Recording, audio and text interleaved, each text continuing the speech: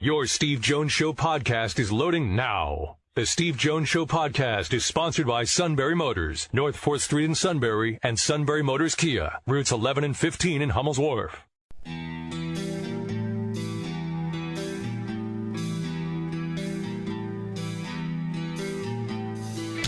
Sports talk where your voice counts. This is the Steve Jones Show on News Radio 1070 WKOK. Now, from the Sunbury Motors studio, here's Steve Jones. Sunbury Motors, 4th Street in Sunbury. Sunbury Motors Kia, routes 11 and 15 in Hummel's Wharf, and online at sunburymotors.com. Ford, Lincoln, Kia, Hyundai. Great new inventory. Fabulous pre-owned inventory. Great time to deal. Service staff and a service department to back it up. All at Sunbury Motors, 4th Street in Sunbury.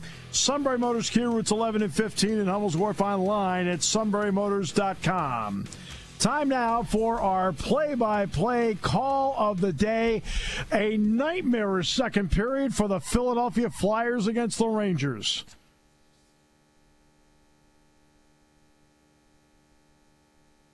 Take my word, they gave up 7 goals. Shots here in the second period, 15-6 in favor of the Rangers. Here's Zibanejad for Kreider. Back across, score! A natural hat trick, 3 in a row for Mika Zibanejad. It is now 8-0. Rangers exploding. Kenny Albert, great friend of the show. Always great to have him making the call of the day. If you're a Flyer fan, that second period was a natural hat trick for Flyer fans. That had to feel like a natural disaster. Yeah, a little bit. You okay there? I'm just making sure because it's been a rough 24 hours for Philadelphia sports right now, but we don't need to get into that right now. Again, repeating earlier, Carson Wentz is a cult. All right, so figure we'd throw that in there for you. Thank you. You want to talk about somebody who, in my opinion, does an outstanding job, and that's Adam Zucker from CBS Sports. Welcome. It's your first time with us. Appreciate the time you're giving us, especially at such a busy time. Hey, all you got to tell me is Pennsylvania, especially the northeastern central quarter of the state, and I'm in. I had 6 good years in Wilkes-Barre, Scranton, met my wife there, and I love going back and seeing my friends and playing some disc golf. So, hey, Pennsylvania, straight to the top of the list. Absolutely. In fact, my first 2 years, I was at Penn State Wilkes-Barre out at Lehman. So know it, the old back mountain, know it well. It's beautiful up there. All right, now for somebody like me, obviously, in broadcasting Penn State games, I've seen a lot of these teams play in person because most of the field, a lot of the field's Big Ten teams, as a matter of fact. But I also saw Virginia Tech, VCU as well. What kind of learning curve is there for you to get ready for this? Because a lot of CBS Sports Net stuff is Mountain West and things like that. So what kind of curve do you have to get used to now? Biggest thing for me is to brush up on teams I just flat out didn't see, whether I'm at work or at home, if they play late at night on nights where I'm not working. But, I had a good number of weekends in the main CBS chair where we had Ohio State, Michigan, right, even Indiana, so where it was a rougher year for them. So I've seen a lot of the Big Ten's big boys, which is more than half the conference getting into the tournament, of course. And I'll tell you this, I don't know how it is for you. When I'm at work, I probably see less of the other games than when I'm at home and can actually put my feet up and just hone in and crank up the volume. It's funny. Funny you say that. That's true. That's very true. Yeah. I've told people I know more about Pac-12 football because Jack Ham and I are doing a game during the course of the day, and I'll get home and I'll watch a Pac-12 game. Yeah, exactly. Or I'll do the SEC on CBS football game, and I'll have that one on blast in my ear. If there's a concurrent Big Ten game, it's on a TV in the room, but I'm not hearing it unless I dial it in and specifically listen. Then I go home and watch those primetime games at the 10 o'clock kickoffs, and I'm completely dialed in. So a lot of the Monday night basketball games, if the team played on Monday night, I saw them. I watch every doubleheader on the Monday nights when I'm not working, and our CBS Tuesdays and Thursdays when I'm not working. But Wednesdays I'll be so tied down, really focusing on Mountain West, I may miss a Penn State game, so to speak. It's on a monitor, but it's hard to really dial in. You watch football on mute, you can kind of look up and see what's happening, and if it's about to be a touchdown or a big play in progress. Basketball, it's like a lot of back and forth, and so you don't really get the gist as much. But the box score can tell you a whole lot of stuff, too. What's the art of sitting in that chair and then bringing out the best of the other people on the set? Body weight squats in between segments, for sure. I mean, really, it's like just working with these guys for so many years. Wally Zerbiak, Steve Lapis, Pete Gillen, John Rothstein, who I'm still trying to figure out, Gary Parrish. A lot of these guys have been with us a long time. Ryan Hollins played at UCLA. And just kind of catering to their area of expertise, or just watching a game with them and listening to what they say. I mean, so much of it's just listening and throwing actual questions at them. I think, what you do, you know how to ask questions. A lot of people don't always really ask questions. They just kind of stop talking. Yeah, that's true.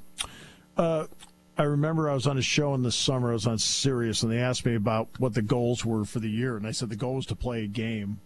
The second goal was to play a second game. Adam, in your opinion, in watching all this play out, how remarkable is it that we're at this point and have a tournament?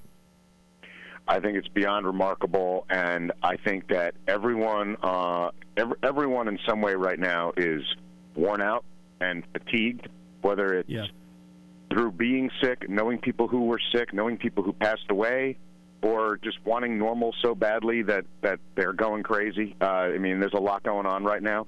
I think it's an incredible amount of effort and dedication by the kids who are going to be on the court, their families, the coaching staffs. And I think that we're going to see, even to a greater extreme, the emotional highs and lows that come with winning and losing in this tournament. Because every day, everyone involved has been doing the testing and the masks and the protocols and self-denial while knowing, I mean, it's been like the ultimate FOMO experience, whether you're a Division I athlete or a suburban parent. Oh, they're getting together. They're going out for dinner. We're not. Well, what are they? How come they're doing? And then it becomes, into greater, like, are we doing the right thing? Are we doing the wrong thing? So there's going to be buzzer beaters, and there's going to be upsets. And it's going to be at those moments where the losing team has all of that effort and all of that dedication and all of that thought hit a wall, and it's going to be over. And I think that it's just going to be, like I said, just crazily emotional. And watching these one-bid league teams cut down nets and go to the NCAA tournament, whether it's Alabama, who hasn't been used to doing it, but was the team to beat in the SEC, or whether it's Hartford doing it for the first time ever. I mean, the looks on these kids' faces to cut down the nets, because not everybody even has a goal right now in our country. We're all just trying to stay healthy. We're all just trying to get out of it. These guys are actually trying to achieve greatness and win something in the midst of all this, and it requires so much more than it normally does. I was kidding John Gallagher, the coach at Hartford. He's a St. Joseph's graduate. And I said, well, on the Feast of St. Joseph, you get to play Baylor. So there you go. I was kidding him. He's hilarious, by the way. Oh, isn't he? He's one of the funniest, because Dick Girardi and I know him pretty well, and he's something else. Finally, for you, because I know I have to let you go because you have a time frame here, and I want to respect that. You talk about the emotion of this. What does it take on your part to then convey that emotion from a studio perspective so that emotion is conveyed to us at home once we've experienced it watching it live? Just kind of reminding everyone how a lot of these guys feel right now, and just even when we replay it, just to not talk over it, really. Let everybody digest it again who hasn't seen it, not tell people how they should feel about it, really. And the sound bites, the interviews that'll come as a result of what these guys do. And just, I think, a reminder, like, it's not like I'm telling anyone at home that they don't know what's going on, because we're all in this right now.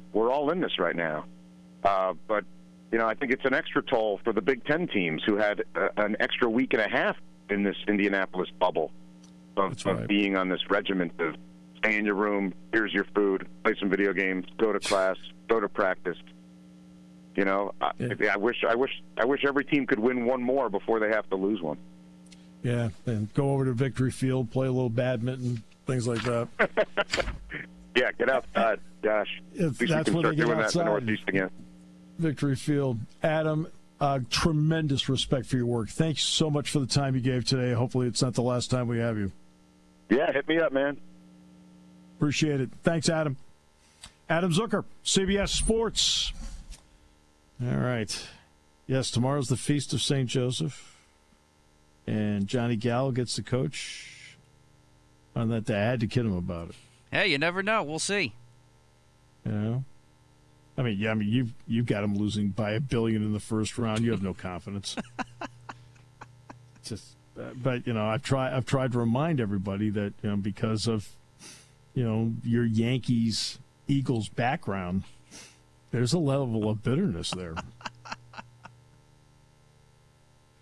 If there's one game I don't get right, I wouldn't mind if it was that one. It'll cost me big, but it's okay. I'll take it for that sentiment. I don't have Baylor in the Final Four. I don't either, but I have them to the Elite Eight, and that's the only thing I'll say about my bracket. The Elite Eight? Yeah, I do. Wow. I just kind of went through and did it, so I don't really know where I have anybody, except I know I've got Gonzaga and Illinois in the championship game.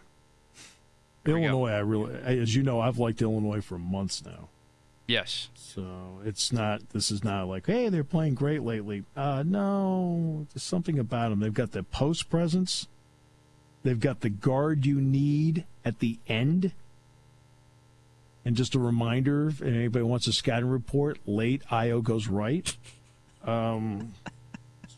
Figured I'd throw that in there. Penn State was tremendous today at the NCAA Wrestling Championships. They went 8-1 and racked up bonus points. Yes. Well, let's see. Let's give a little quick rundown here. They're second place right now. So they're in second place. So in the team scoring, Iowa is in the lead with 19 points. Penn State is second with 17. Arizona State has 13. Robbie Howard won 6-4 against Taylor Lamont of Utah Valley tonight. Roman Bravo Young 20-5 tech fall over Sean Carter of Appalachian State. Kyle Berwick of Wisconsin later. Nick Lee beat Julian Flores of Drexel. Tech fall. It was 18-0. Clay Carlson of South Dakota State later.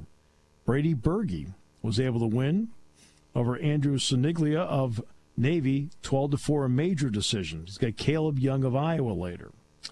Joe Lee's the one loss. Travis Whitlake beat him 8-1, so he'll have to wrestle back against Andrew Nicholson of Chattanooga. Carter Starachi out of Erie. Victor Marcelli of Virginia, 10-2, a major decision. He's got Hayden Hastings of Wyoming next. Aaron Brooks, tech fall over Jaquan Anderson of Gardner-Webb, 17-1. He's got Owen Webster of Minnesota later. Michael Beard out of Pottstown. I mentioned yesterday this was a 50-50. He got it. In fact, decisively beat Jacob Kozar of Navy, 14-4. He's got Owen Pence of North Dakota State later. And Greg Kirkfleet of Grove Heights, Minnesota, was a winner over Jonathan Birchmeyer of Navy. Tech fall 18-0. It's got Jordan Wood of Lehigh, the number 8 seed later. So Beard is wrestling another lower seed. Kirkfleet is in an 8-9 matchup. Brooks, obviously, he'll be the, no matter what, let me see here, it's a 117. Starachi's going to be in the 314. He's the 3. Joe Lee is 23 against the 26 in the wrestleback. Berge Young is the number 5 seed. Lee's the number 2. He's got the 15 seed. Rome Bravo Young's a 2. He's got an 18 seed. And Howard's a 23 seed. And Taylor Lamont's a 7 seed. So there's your recap of sessions 1A and 1B in St. Louis at the NCAA Wrestling Championships. All right, final half hour. Brendan Quinn, the Athletic. Great to have you with us today. The Colts would not allow a Philadelphia writer to ask a question of Carson Wentz. Stupid. And now they are about to be haunted. Yes, they will. They are going to send people out there, and they're going to be there every day. And guess what? Under NFL rules, you can't deny them access. Back with more in a moment. Here on News Radio 1070 WKOK, brought to you by Sunbury Motors. If you want to have a fun day, you have to drive a Hyundai. From Sunbury Motors Hyundai. Sunbury Motors Hyundai has 18 brand new 2020 Hyundais that have to go now. Choose from 7 2020 Elantras with savings up to $49.70, starting at $16,997. 2020 Tucson Sport SUVs have a $56.90 discount and start at $25,740. Hurry in, only 2 left. One last 2020 Santa Fe with a $6,050 discount was $39,585. Now only $33,535. And there's one last Veloster for only $18,785. Now is the time for big discounts on 2020 new Hyundais at Sunbury Motors Hyundai. Hyundai is still producing amazing cars with the 2021 North American Car of the Year, the Hyundai Elantra. Save $26,22 on this award-winning sedan starting at $19,823. Now is the time, and Sunbury Motors Hyundai is the place in the North 4th Street Auto Plaza, Sunbury.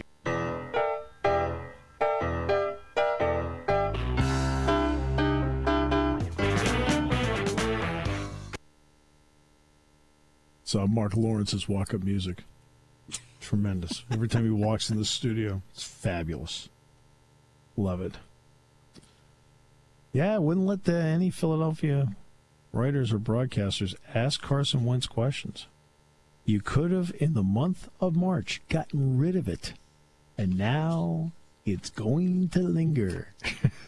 It's going to linger. Yeah. Now that is a publicity department. Okay. Part of your job is to think of these things. You sit back and say, what? Really? Except for maybe Chicago. That part of the country, babies, they're athletes. It's all well and good, blah, blah, blah, no controversy. That's not how we roll here on the East Coast. Yeah, but you know what? In some ways, there's a balance between them. Okay, I mean, let's not pretend like being here. Oh, hey, we're hard hitting. No, a lot of the stuff that people throw out is BS, and you know it. Right, but we're not afraid to ask the questions on this part of the country. Is what I'm saying. Sometimes, it's happy-go-lucky out there in the Midwest, and they forget these things. Well, yeah, you can ask the questions, but how many questions are wrapped in commentary? That is true. Because there are people, especially in the Philadelphia media, I won't name names, that are like that. And that is not the way you do it either. I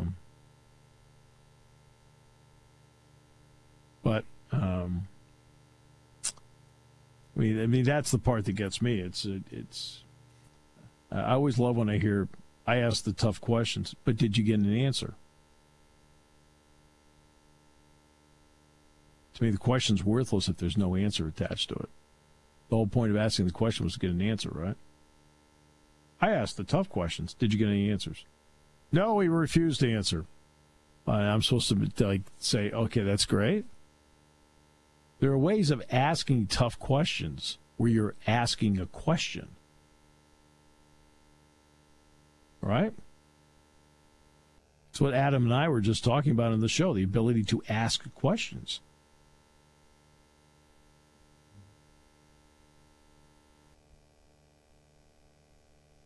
Just so you know.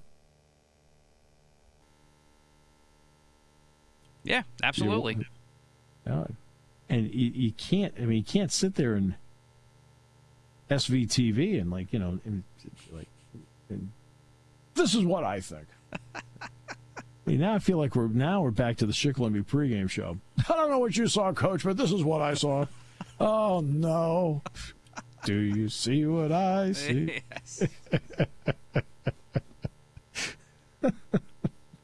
See, I'm telling you, Dave Cicchini, as soon as we give him assurances that, who is not doing the interview, I'm telling you, he's coming on the show. I guess I'll have to do that now from now on. You got to let him know. Although being interviewed by the suit is actually pretty easy. Like, it's supposed to be a 5-minute segment. He talks for 4 minutes, 45 seconds. You only have to answer 15 seconds. Doug's driving off the road right now. I swear, part of the show's being done for Doug. Dave Ritchie's like sitting there like, that's actually kind of true. You, sir, are my hero. Oh, I want to get back to those days where people in Soika yelling their brains out behind Doug, and Doug's yelling stuff like that. Me too. I really, really miss the fans at Soika this year. I miss the fans everywhere. Oh, yeah, that too. Oh, I miss the fans at Beaver Stadium. I miss being out, Jack and I doing the pregame in front of the Jordan Center, Dick and I going into the Jordan Center to do basketball. You miss the fans. You miss them so much. The atmospherics of a big game. I mean, part of the reason I'm always talking about, hey, they got a game tonight. Let's get a crowd out there tonight. It's not just for the players. I just think it's just great for the game to have people there. Brendan Quinn, The Athletic, next half hour. Great to have you with us. Brought to you by Sunbury Motors, 4th Street in Sunbury. Sunbury Motors Kia, routes 11 and 15, Hummels Wharf. Online at sunburymotors.com. On News Radio 1070 WKOK. Reluctantly, your home for the suit. Taking your calls at 800-795-9565. This is The Steve Jones Show on News Radio 1070 WKOK. Now, from the Sunbury Motors Studio, here's Steve Jones. Sunbury Motors, 4th Street in Sunbury. Sunbury Motors Kia, routes 11 and 15. Hummels Wharf. Online at sunburymotors.com. Ford, Lincoln, Kia, Hyundai. Great new inventory. Fabulous pre-owned inventory. Check it all out at Sunbury Motors, 4th Street in Sunbury. Sunbury Motors Kia, routes 11 and 15. Hummels Wharf. Online at sunburymotors.com. NFL reaching deals with ESPN, CBS, NBC, Fox, Amazon, NFL Network through the 2033 season. So they have labor peace and television peace for the decade. CBS and Fox get Sunday. NBC gets Sunday night. ESPN gets Monday night, with some games airing on ABC. Amazon is the exclusive home for Thursday, which will also be on over-the-air channels in competing home team markets. NFL Network will air select Thursday night games. ABC gets 2 Super Bowls. In 2026 is the first one. They get 2. The other networks get 3 each. ESPN also gets 6 added games to the network this season, including 3 Monday night doubleheaders. They'll get a wild card round as well as a divisional round. All right. And Carson Wentz, they did not allow any Philadelphia writers or broadcasters to ask him questions today. It was the rule heading in to his new press conference as an Indianapolis Colt. Yeah, so we've got that, and I got more ESPN to watch, butcher an NFL playoff game, and now Super Bowl. And then they're going to do flex scheduling for weeks 12 and beyond. Come on, man. Well, no, I mean, WKOK, I guess, wants to flex Shikellamy football this Sunday night. All right, let's bring in Brendan Quinn from The Athletic. My friend, welcome back. I've been great. Can I touch on what you just said? Yes, sir, please. This is a classic blunder of PR media relations mismanagement here. That is the worst idea that you can make if you're in that spot. Like, do they not realize who they are dealing with when it comes to the Philadelphia media? Like, they will now send a reporter to training camp. Yes. Wherever Indianapolis is, they will send someone, and you can't bar them from your training camp because that would be in violation of the NFL media policy. May I correct you on that? They will send 2. They'll send a columnist and a beat guy and make even more of an issue than they needed to. They could have just gotten it all out of the way today. The NCAA tournament's starting. It's March. No one cares. Right. Exactly. Why would you do this? Exactly. Exactly. Nobody. You sit back and say, "You can just get this out of the way now." Exactly. Months before the season. Just coach up Wentz on how to answer them and just get it over with. Yeah. Now he's going to be dogged all year. Oh yeah. And now his reputation's even going to be worse. Yes. You know, I mean, man. Bad. What do they pay these people? Okay, well, what do you got for me, Steve? Good hearing your voice, man. Yeah, it's good hearing yours. I thought we've solved that problem. What's this whole bubble thing been like there? I mean, because I'm not down. I'm not in. Oh, you're not in it. So you're still doing the golf thing? I was at TPC Sawgrass over the weekend. What was it like being around seeing fans? Because it comes through it's golf, Brendan. Yeah. And it comes through the TV set. Golf.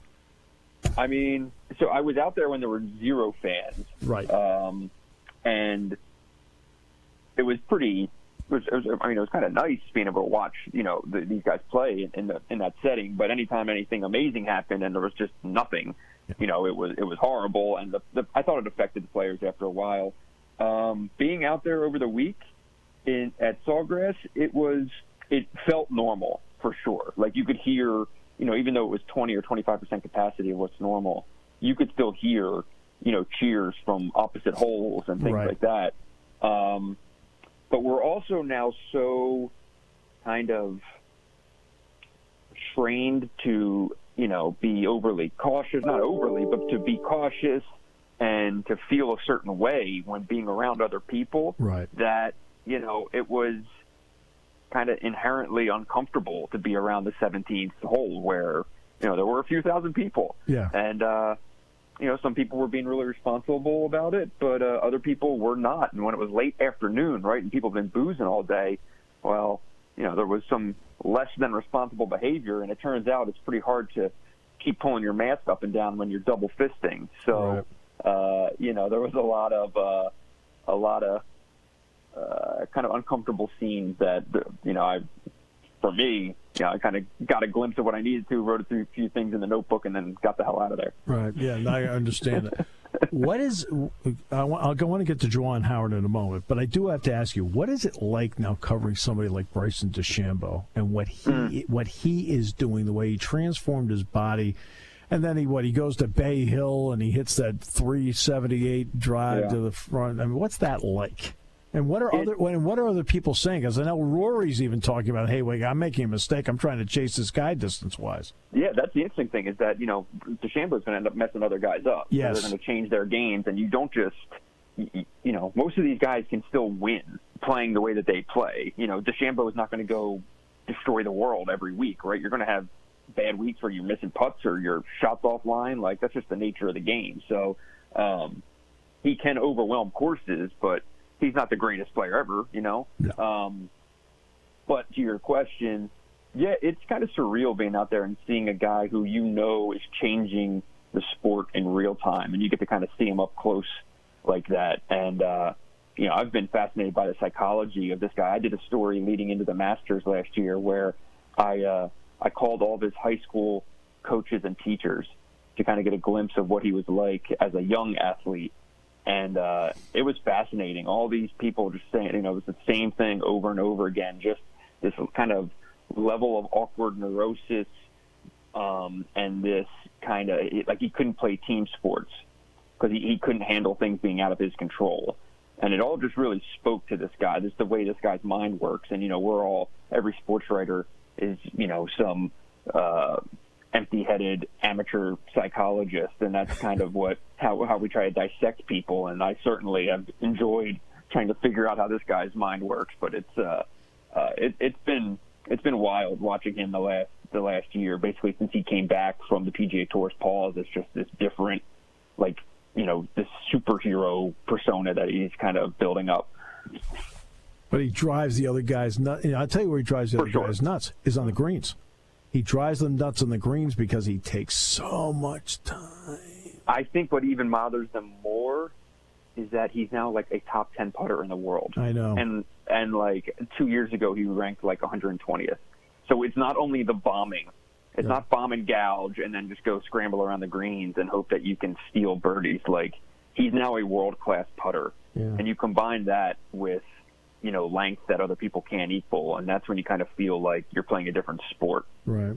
Yeah. No, because the way he played Wingfoot, he didn't care if he was in the rough.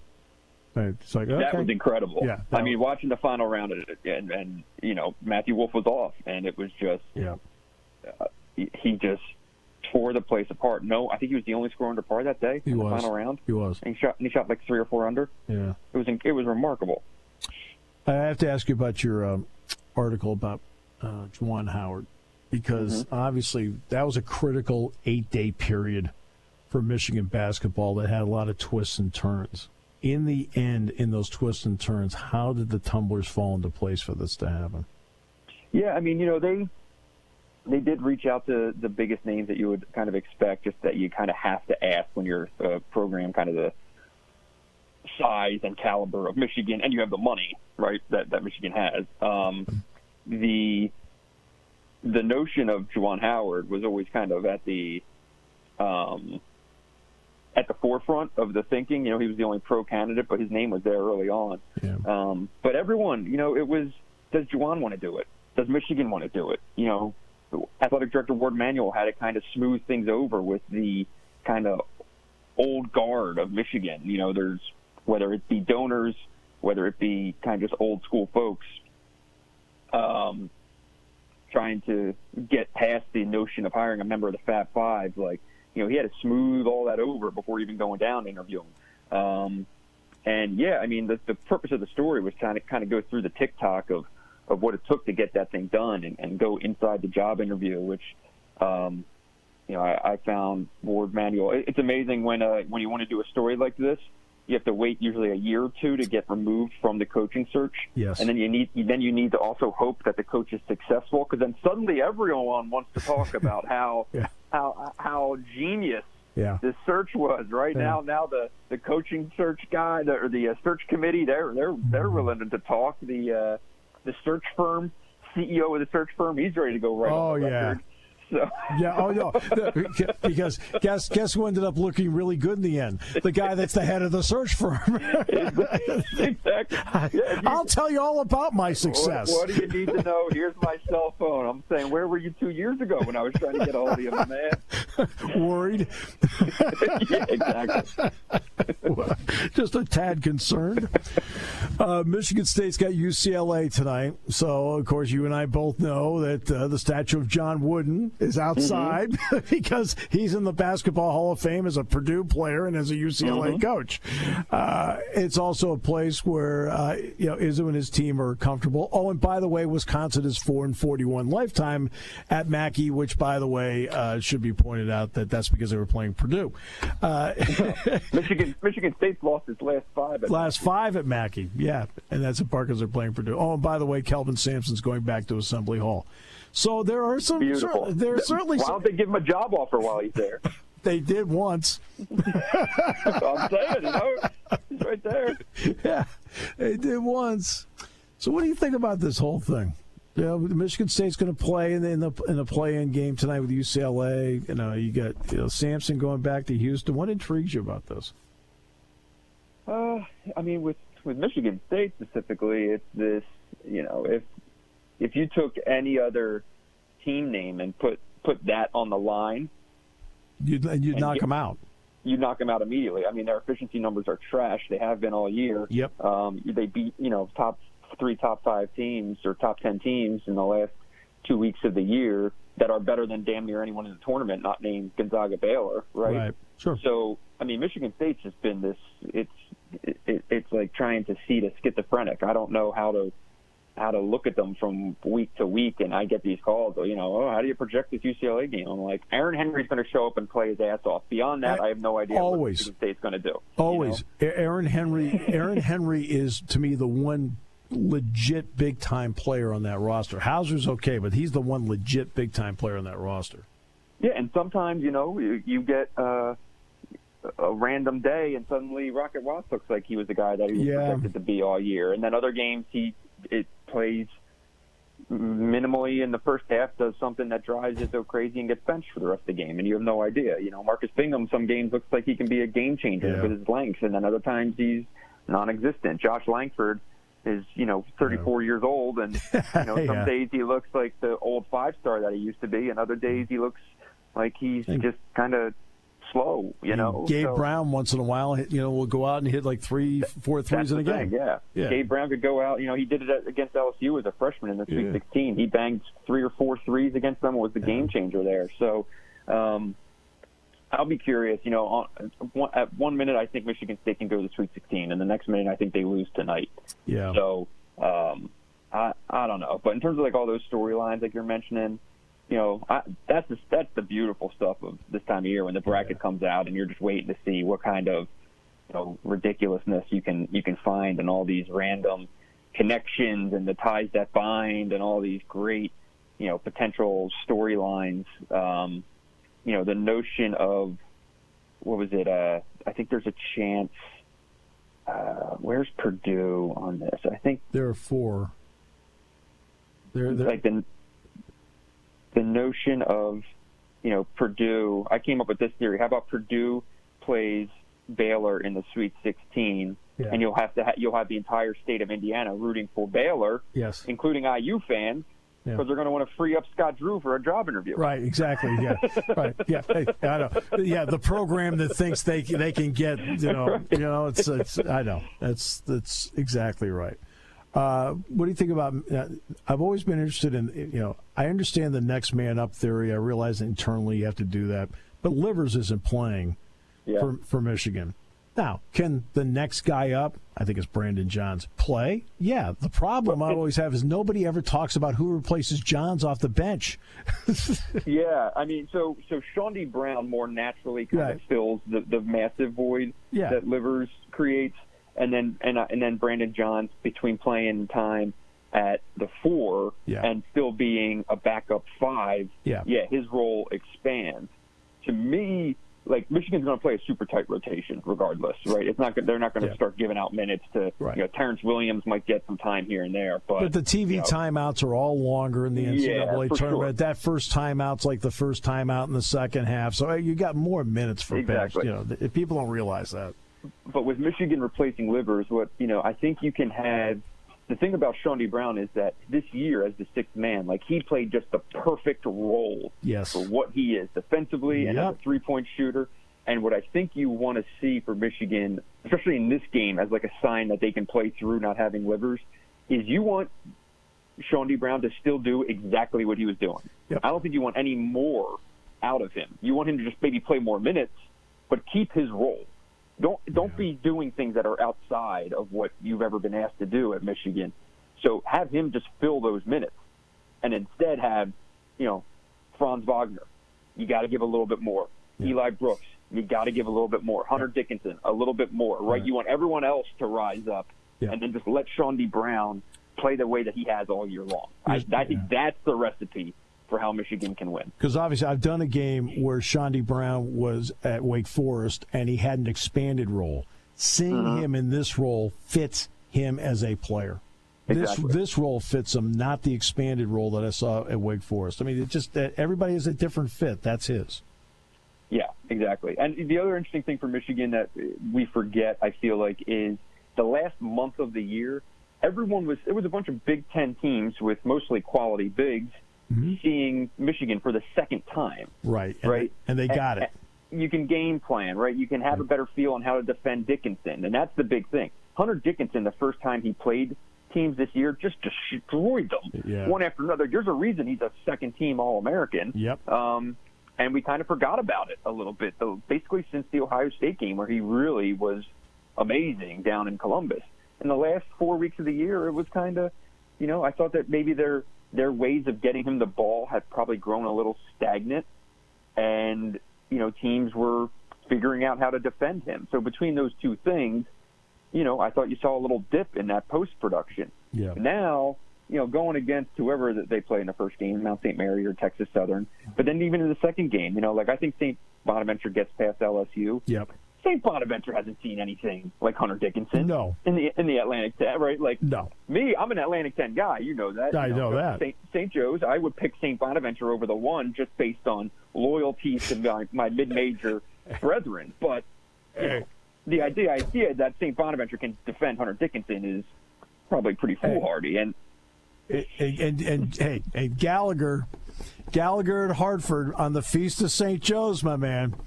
It's got Baylor tomorrow. Yeah, that's right. Johnny Gal. How about that? How about Johnny Gal? How about that, man? I mean, unbelievable. The fact that it's not 116 Michigan, Hartford, Martelli versus John Gal is pretty heartbreaking. But you know, those stories would have written. I wouldn't even bother writing the story. I would just let Gal write it. I'll just publish it. I'll say this. This guy is the perfect guy for the SiriusXM interview leading into the tournament. He is the perfect guy for the pregame press conference leading into it is the a whole bummer thing. that he finally got them. And it's Zoom. And it's Zoom. Yeah, I mean, like Gal on the podium. Oh my God. At some first round site, you know, like John Gal on the podium in Sacramento or something like that would have just been amazing. And it also would be a fact that the writers and the newspaper people in the room, I mean the TV, radio people in the room say, well, no, you don't have to end it now, do you? Yeah, right. So you'd have the columnist from the Sacramento Bee sitting there saying, "Well, I'm trashing whatever column I was doing. I'm writing about this guy." He's won 666 games in his career, and he's at the promised land on Zoom. 666. Brutal. What's the best Penn State storyline in this tournament, Steve? Right now, with Micah. Well, with Micah, the best storyline in the tournament is obviously he's out there coaching. Let's face it. I think Dana had it right that the fact that Matt Painter turned over the offense and Micah Shrewsbury coached it up, opened the door for him getting jobs.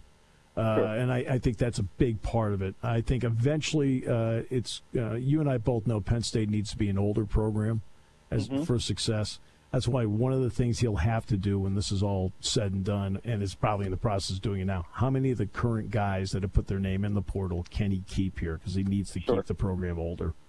Sure. Now, hiring Adam Fisher from Miami, good move, because he's coming back. He knows Penn State. So that helps.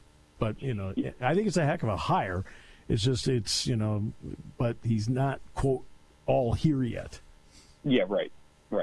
And trying to keep players while not being there. You're trying to, right. And you and I both know. I mean, we've done Zoom, we do this, but how much more fun is it when we're sitting across the table from each other at dinner? Yeah, sure. It's just a different thing. And for him, by all accounts, he's a terrific guy. I know that the guys here are terrific. If they put him in the same room for a little bit, and they could talk to each other a little bit, I think you'd have a different outcome. Yeah, I've been really curious about it. I thought, I didn't think Penn State could get him.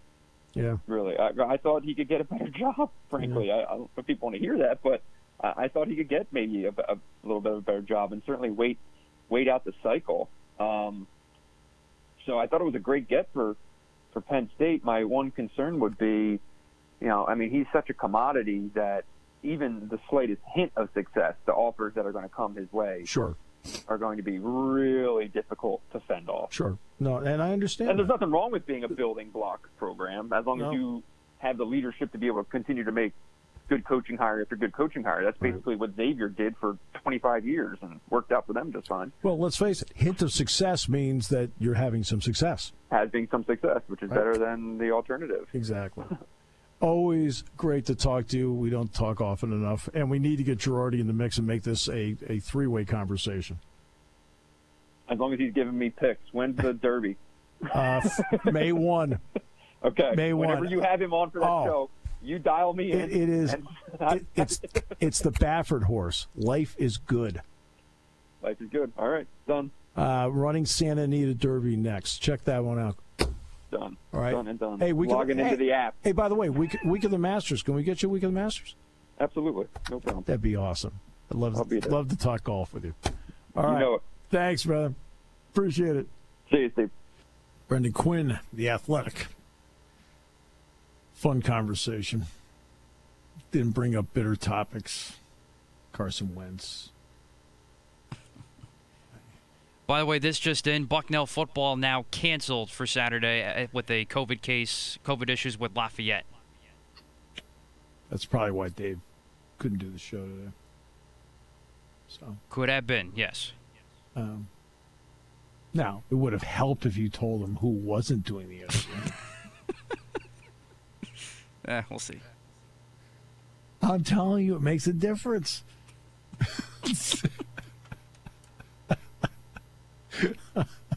All right. I'm back in an hour. Got Rob Cooper, the baseball coach, Sandy Barber on the Coaches Show, presented by Pepsi. How about that? Real quick, who's in the rest of your Final Four? I think I have Florida State and Texas Tech, I think. Ooh, and okay. And Texas Tech was only because I'm going through, and that's who it ended up being. I didn't start out with them there. And the champ is? Gonzaga. Over Illinois. They're the best team, I think. That's what I have, too, and I have Arkansas and Texas in my other two Final Four teams. But my point with Brendan was simple, and he made the point as well. The quality of big man in the Big Ten is different than any other conference in the country. Suddenly, after being defended, Hunter Dickens has been defended by Luka Garza, defended by Kofi Coburn. Now he's going to look around, he's going to be defended by somebody that isn't them. They could make a gigantic difference. All right, back in an hour, suitless. Today's show brought to you by Sunbury Motors on News Radio 1070 WKOK.